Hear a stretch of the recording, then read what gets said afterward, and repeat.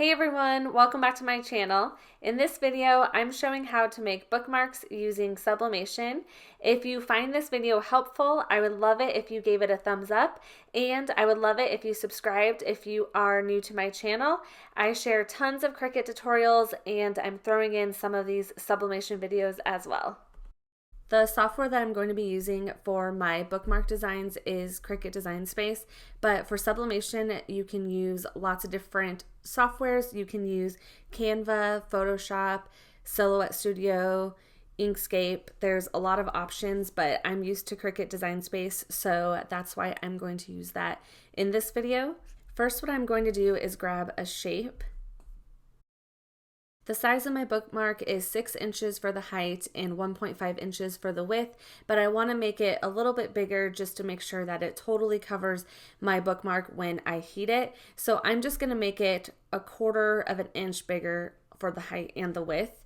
So I'm going to come up here and hit unlock, and for my width I'm going to make it 1.75 inches, and for my height I'm going to make it 6.25 inches.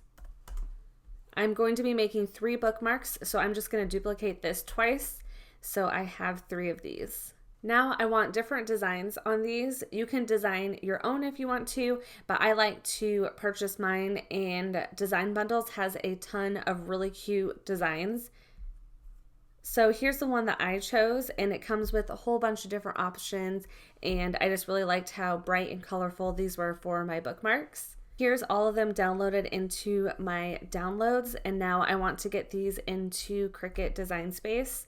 So how I'm going to do that is go over to Uploads, and instead of going to Upload Image, I'm actually going to upload these as a pattern. It makes it a lot easier to do it that way. So I'm just going to select Upload Pattern and Browse.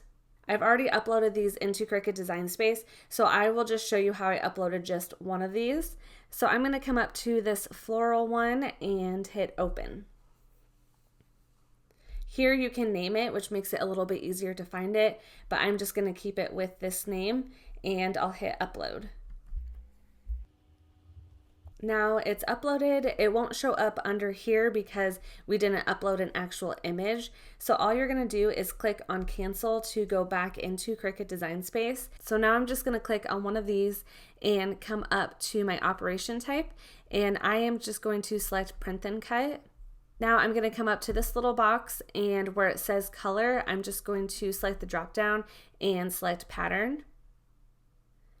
When you upload patterns, it'll show up towards the top, which makes it a lot easier to find them. So now I'm just going to select on that flower one that I just uploaded, and it'll pull it into my bookmark. So one thing that I don't like about this though is the pattern is so tiny, and I don't want it to be that small. So you can actually go in and edit that, which is really nice. So I'm going to click back on here, and I'll select edit pattern. And I'm going to make this a little bit bigger. Okay, I'm going to try that. I'll just hit X to exit out, and I like that a lot better. Now I'm going to select my other patterns. So I am going to go down and select standard for print and cut, and then I'll come back up here and select pattern again.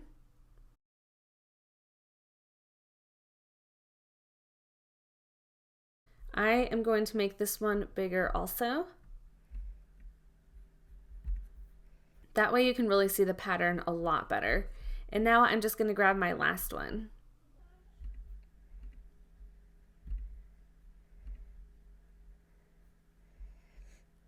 It was hard to choose because there were so many cute patterns, but I am going to grab this, I think it's a sunflower. And this one I will also make bigger.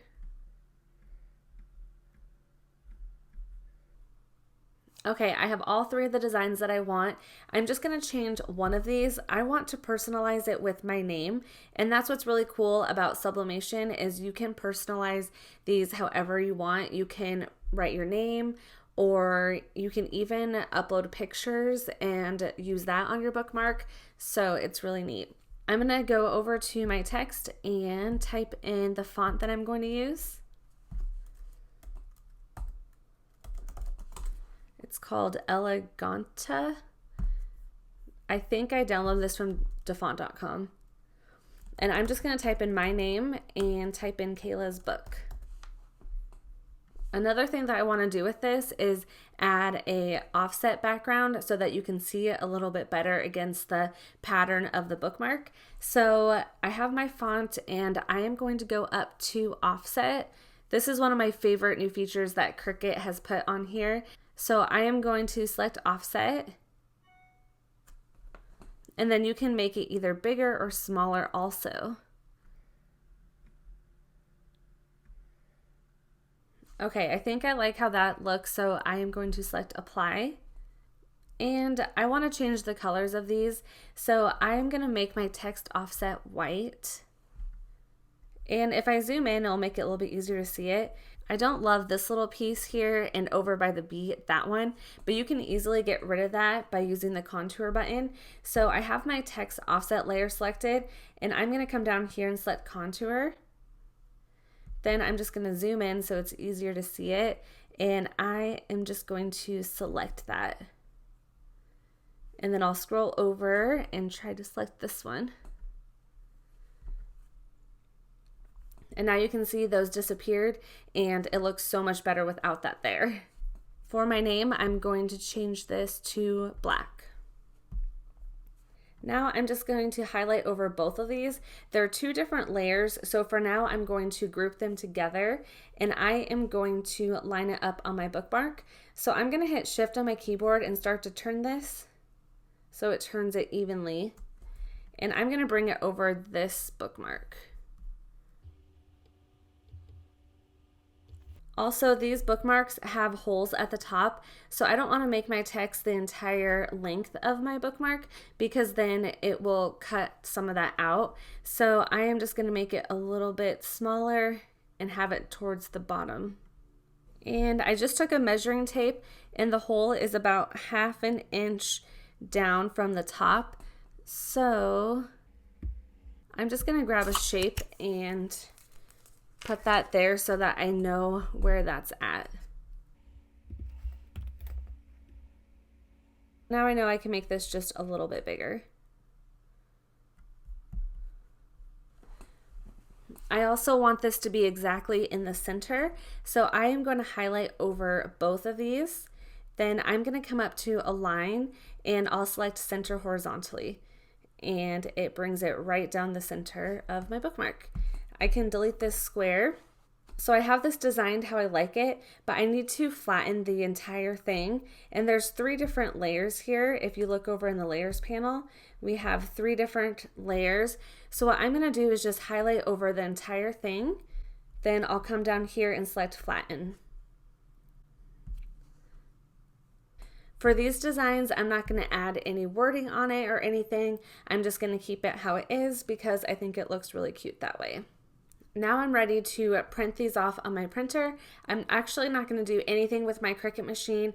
I'm just going to be using my printer for this. So I'm going to click on Make It. I am going to want my image to be reversed, but I'm not going to mirror it because I already have my printer settings set up for it to mirror it when it prints. So I'm going to hit Continue, and I'm going to select Send to Printer. I'm going to make sure the correct printer is selected. So normally when I'm doing Cricut projects, I would print off of my Epson Workforce printer, but I want to use my Sublimation printer this time. So I have that selected. Also, the bleed option is always turned on. And if you're doing any Cricut projects, I always recommend keeping it on. But for this, we won't want to because it adds a fuzzy border around the whole edge. And since I'm doing sublimation, I do not want that. So I'm going to turn that off, and I'm going to select Use System Dialog because that will pull up our printer settings, which is really important with sublimation. So now I'll select Print. So here it pulls up our settings, and I always have it set to last use setting, but I will show you what settings I'm using for these. I'm going to come down here where it says Layout, and I am going to go to Print Settings. In here you can see I'm using the media type as Premium Presentation Paper Matte. The print quality is set to high quality, and I have it set to mirror image. Also for my colors, I'm just going to go over to my color matching, and I have the Cosmo Ink color profile selected. I have a video showing how I set all of this up, so I can link it down in my description box, but this I have noticed has made a huge difference with my colors being really vibrant. So now I am just going to select print. I'm using sublimation paper to print on. I'll have links to the products I'm using in my description box of this video. You'll want to make sure you're placing your paper in the printer the correct way. The back of the paper says sub, which makes it easy to know which side is which, and for this printer, that side faces the back. I sped this part up, but the printer is actually printing very slowly. I turned my fast speed off on my printer computer settings on my Mac. This just helps with the print quality. The printer I'm using is the Epson EcoTank 2760. I put sublimation ink into it when I bought it. I love it and I would definitely recommend it. The maximum paper size, however, that it prints is 8.5 by 11 inches, so it's something to keep in mind when purchasing. You can see that it's mirrored and the colors aren't going to look as vibrant until you actually press it with your heat press. And now I'm just taking scissors and cutting around each bookmark design. Here's the metal bookmark blanks I bought off of Amazon. The white side is the sublimation side. These particular bookmark blanks you only sublimate on just that one side. The package also came with these tassels, but I wasn't a fan of the colors, so I ended up making my own. These bookmarks have a clear protective cover over them. At first I thought they were scuffed up until I realized it was just the cover.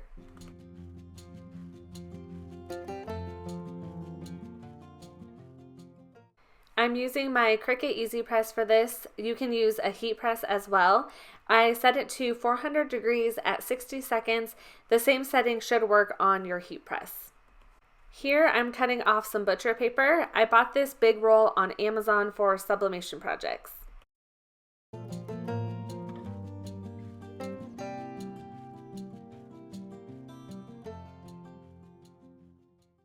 I'm going to press on my Easy Press mat, and I place white cardstock on the mat just to protect the surface. I also decided to place a sheet of butcher paper on top of the cardstock as well. Next, I clean my bookmarks with a microfiber cloth. This is one of the Cricut ones that comes with infusible ink, and this will just remove any debris or dirt. Next, I set my patterns face up, then set the white part of the bookmark face down. Next, I add heat-resistant tape to all sides of the bookmark. I also make sure the bookmark is exactly in the center of my design so that it's all lined up. And sometimes I feel like I go a little overboard with the tape, but I like to just make sure it's not going to move around at all while it's being heated up. After that, I turn the bookmarks around. You want the A-sub paper side facing up. Then I place 2 sheets of butcher paper on top. I like to do 2 just in case the ink bleeds through the first one. I set my Easy Press on top and let it count down. I press all 3 bookmarks at the same time because they are so small, and I just make sure not to move my Easy Press around at all. I get a little impatient to wait for these to cool down, so I bought heat-resistant gloves and I can remove the butcher paper almost right away. Next, I'm just removing the A-sub paper and tape. This is my favorite part. I love seeing how it turned out.